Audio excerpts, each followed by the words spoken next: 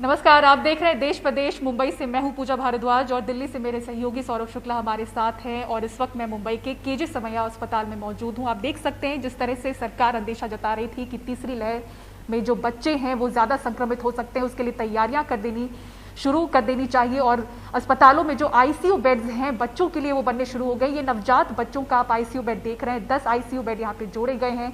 और केजे सोमैया अस्पताल के नवजात बच्चों के लिए बने आईसीयू के इंचार्ज डॉक्टर आरिफ अली इस वक्त हमारे साथ हैं।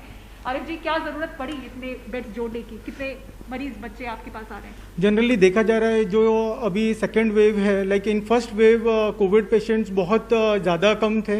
अभी like in second wave paediatric patients are more and neonatal also are very much means अभी बहुत ज़्यादा केसेस इंक्रीज हुए हैं। तो अभी उन लोगों को के लिए एनआईसीयू का अवेलेबिलिटी बहुत कम था। तो अभी ये सब देखते हुए हम लोगों ने एक वेव में ही ज़रूरत पड़ गई है। यस, ऐसा लग रहा है क्योंकि लास्ट वेव में around 10 to 20% patient he Covid positive थे, जिसमें लेकिन जो पेशेंट थे वो एसिम्टोमेटिक थे। लेकिन अभी वाला जो वेव है इसमें काफ़ी सिम्टोमेटिक पेशेंट्स हैं और बहुत ज़्यादा उनको वेंटिलेटर का ज़रूरत और उनको स्टीरॉइड्स का ज़रूरत और IVIG जैसा मशीन का ज़रूरत और BP बढ़ाने। सबसे छोटा मरीज की उम्र क्या है सर आपके यहाँ? हमारे पास जो बच्चू आया था वो 2 दिन का बच्चू था, जिसको जो सबसे छोटा था और कोविड पॉजिटिव था। उसको सांस लेने को थोड़ा तकलीफ था एंड उसके बाद उसको हम लोगों ने शुक्रिया से बात करने के लिए। तो जिस तरह से आपने देखा कि 2 दिन के भी बच्चे संक्रमित हो रहे हैं। महाराष्ट्र का जो आंकड़ा आया है वो चौंकाने वाला है। पिछले साल का देखें तो करीब 10 महीनों में 67,000 के करीब बच्चे संक्रमित हुए थे 10 साल से नीचे के। लेकिन इस साल आप देखें 4 महीने और 14 दिनों में ही जो आंकड़े आए हैं वो लाख से भी ऊपर हैं 10 साल से नीचे के बच्चे की। देखिए पूरी रिपोर्ट। 8 महीने का मुस्तफा 8 दिनों से बीमार है। मुंबई के केजे सोमैया अस्पताल में कुछ दिन वेंटिलेटर पर रहा। कोविड नेगेटिव है पर एंटीबॉडी पॉजिटिव। बच्चे को मल्टी सिस्टम इन्फ्लेमेटरी सिंड्रोम नाम की एक ऐसी तकलीफ है जो कोविड संक्रमण के कुछ समय बाद होती है। अब हालत में सुधार है।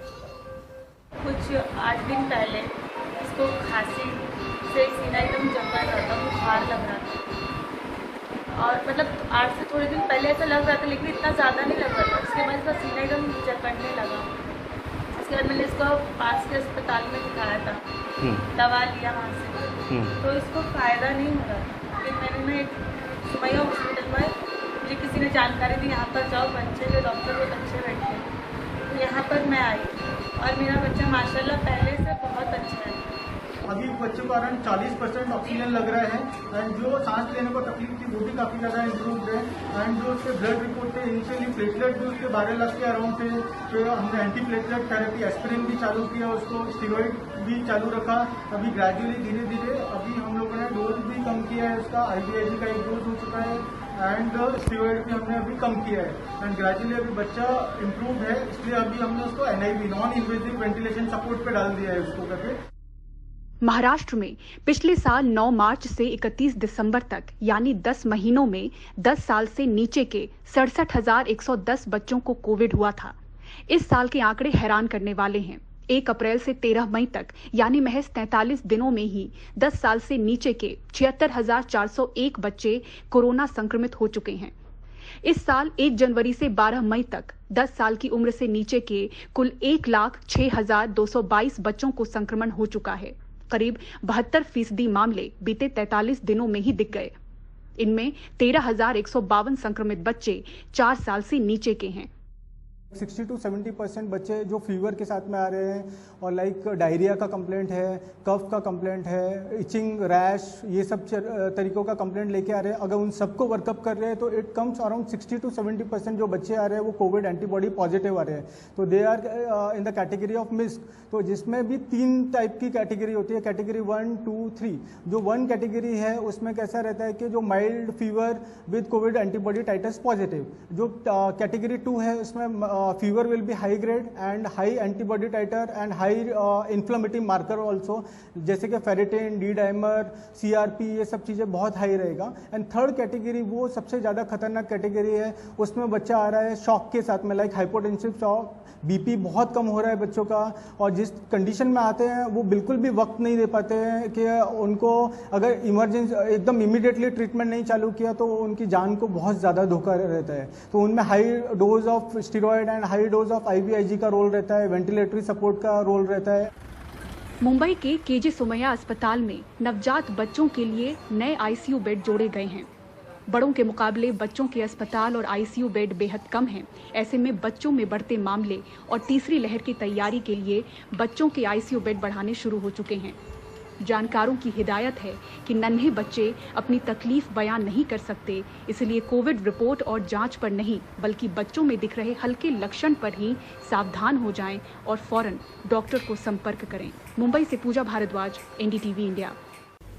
और कोरोना के इस महामारी के दौरान ऑक्सीजन, बेड और दवा दिलाने के नाम पर ठगी हो रही है, कालाबाजारी भी। ऐसे में दिल्ली पुलिस ने फ्रॉड की शिकायत पर 100 से ज्यादा FIR दर्ज की हैं। रविश रंजन शुक्ला की ग्राउंड रिपोर्ट देखिए।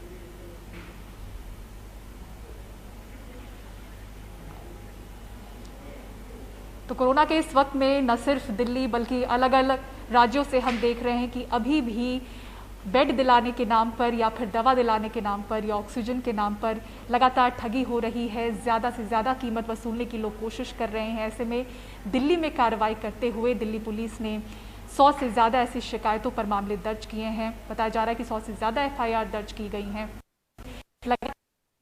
रेमडेसिविर दवा है, खासतौर से वैसी दवाएं जो बचाने के लिए जिनका इस्तेमाल हो रहा है, स्टेरॉइड हैं, इनके लिए अभी भी ठगी और कालाबाजारी हो रही है। तो किस तरह से दिल्ली पुलिस इस पर कार्रवाई कर रही है, इस रिपोर्ट में आपको दिखाते हैं। दिल्ली के रजत जैन को अपने रिश्तेदार के लिए रेमडेसिविर लाने को कहा गया। इस दवा का एक वॉयल करीब 900 रुपए का है, लेकिन रजत जैन को ये दवा करीब 50,000 रुपए में मिली, वो भी फिल्मी स्टाइल से। हमने यहाँ से किसी तरह रेमडेसिविर इंजेक्शन का इंतज़ाम करा और इंतज़ाम करने के बाद हम लोगों ने उसकी करीबन 300 गुना, 400 गुना या 500 गुना तक कीमत चुकाई। ऑक्सीजन सिलेंडर के नाम पर कई जालसाज सक्रिय हैं। पहले ये अपना नंबर व्हाट्सएप ग्रुप पर फॉरवर्ड करते हैं, फिर ऑनलाइन पेमेंट अपने खाते में करवा कर गायब हो जाते हैं। अमित दवे नाम के एक शख्स ने ऑक्सीजन सिलेंडर खरीदने की कोशिश की। व्हाट्सएप चैट के दौरान ठगी करने वाले शख्स ने सोल इंडिया ट्रस्ट वाला एक खाता दिया। उस खाते में जैसे ही ऑनलाइन पैसा जमा कराया, वो ठग पैसे लेकर गायब हो गया। नंबर व्हाट्सएप ग्रुप के अंदर शेयर हो रहा था ऑक्सीजन सिलेंडर के बारे में। मैंने उनको वो जो एडवांस का अमाउंट था, वो अकाउंट नंबर जो शेयर किया गया था, जो कि एक ट्रस्ट के नाम पे था प्रतिष्ठित बैंक के साथ में, तो मैंने उसमें वो पैसे जमा कराए और 1-2 घंटे तक फ़ोन पे घंटियाँ बजती रही। उसके बाद में वो फ़ोन स्विच ऑफ हो गया। अब आपको मिलवाते हैं कोरोना काल में नामी अस्पताल में बेड दिलवाने के नाम पर फ्रॉड करने वाले एक गैंग से। ये बीकॉम गैंग के नाम से जाना जाता है। बड़े अस्पताल के बाहर गैंग का सदस्य खड़ा होता है और जिन मरीजों का दाखिला नहीं हो पाता है उससे बात करता है। फिर फोन से अपने ही गैंग के साथी को डॉक्टर के तौर पर बात करवा कर लाखों रुपए अपने अकाउंट में ऑनलाइन ट्रांसफर करवा लेता है। डॉक्टर अमित एवं डॉक्टर चिराग बनकर कोरोना पीड़ितों के मरीजों के उनके रिश्तेदारों से बात करा करता था एवं उनसे बैंक अकाउंट में पैसे मंगाया करता था।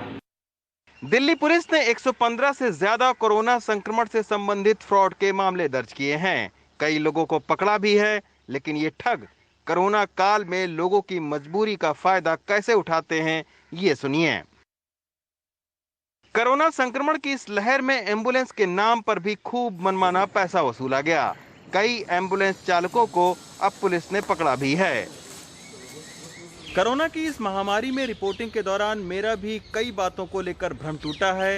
हालांकि तमाम सारे लोग एक दूसरे की मदद करके राहत भी पहुंचा रहे हैं, लेकिन हमारे ही बीच ऐसे तमाम सारे ठग हैं जो ऑक्सीजन बेड ही नहीं बल्कि शमशान घाट में लकड़ी और कफन को लेकर भी लोगों के साथ फ्रॉड कर रहे हैं। हालांकि अब इस फ्रॉड को लेकर अदालत भी सख्त है और पुलिस भी कई सारे फ्रॉडियों को सलाखों के पीछे पहुंचा रही है। दिल्ली से रविश रंजन शुक्ला, NDTV इंडिया।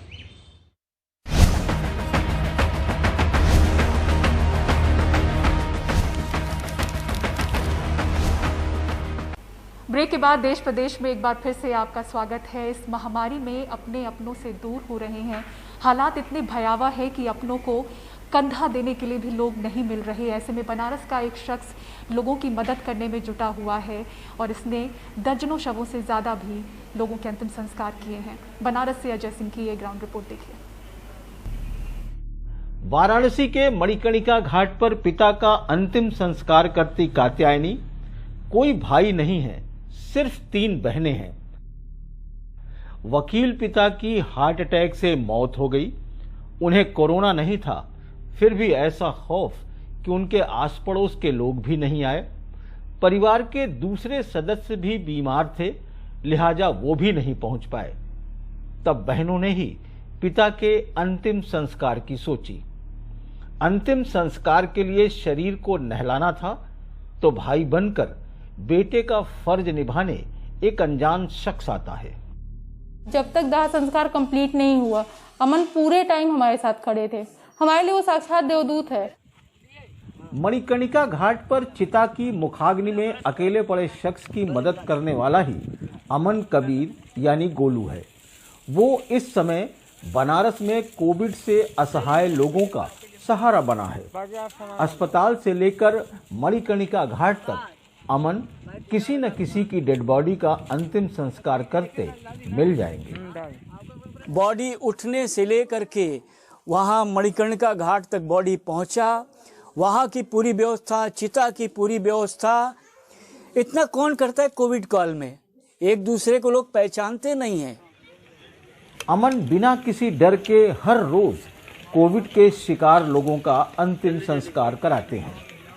जिनको कोई नहीं छोड़ रहा है, जो परिवार के होते हुए भी वो लाचार हो जा रहे हैं, उनके परिवार के लोग भी नहीं छोड़ रहे, तो ऐसे लोगों का अंतिम संस्कार लगभग 100 लोगों का अंतिम संस्कार कर चुका हूं अभी तक। अमन जब से बालिग हुए हैं तब से बेसहारा लोगों की सेवा कर रहे हैं। दिमागी रूप से अस्वस्थ और बेसहारा सैकड़ों लोगों को उन्हें उनके घर पहुंचा चुके हैं। कोरोना ने सिर्फ आदमी की ही जान नहीं ली है, उसने हमारी इंसानियत की भी जान ली है। आपसी भाईचारे और सद्भाव को भी तार तार करने की कोशिश की है। लेकिन अमन कबीर जैसे लोगों के हौसले और जज्बे कोरोना के इस चाल को मात दे रहे हैं। अमन कबीर के इस हौसले और जज्बे को हम सबका सलाम। वाराणसी से पुरुषोत्तम के साथ अजय सिंह, एनडीटीवी इंडिया।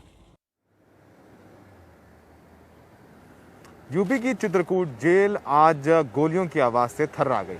यहाँ पर बंद एक कैदी अंशु दीक्षित ने गोली मारकर 2 कैदियों की हत्या कर दी और 5 कैदियों को बंधक बना लिया।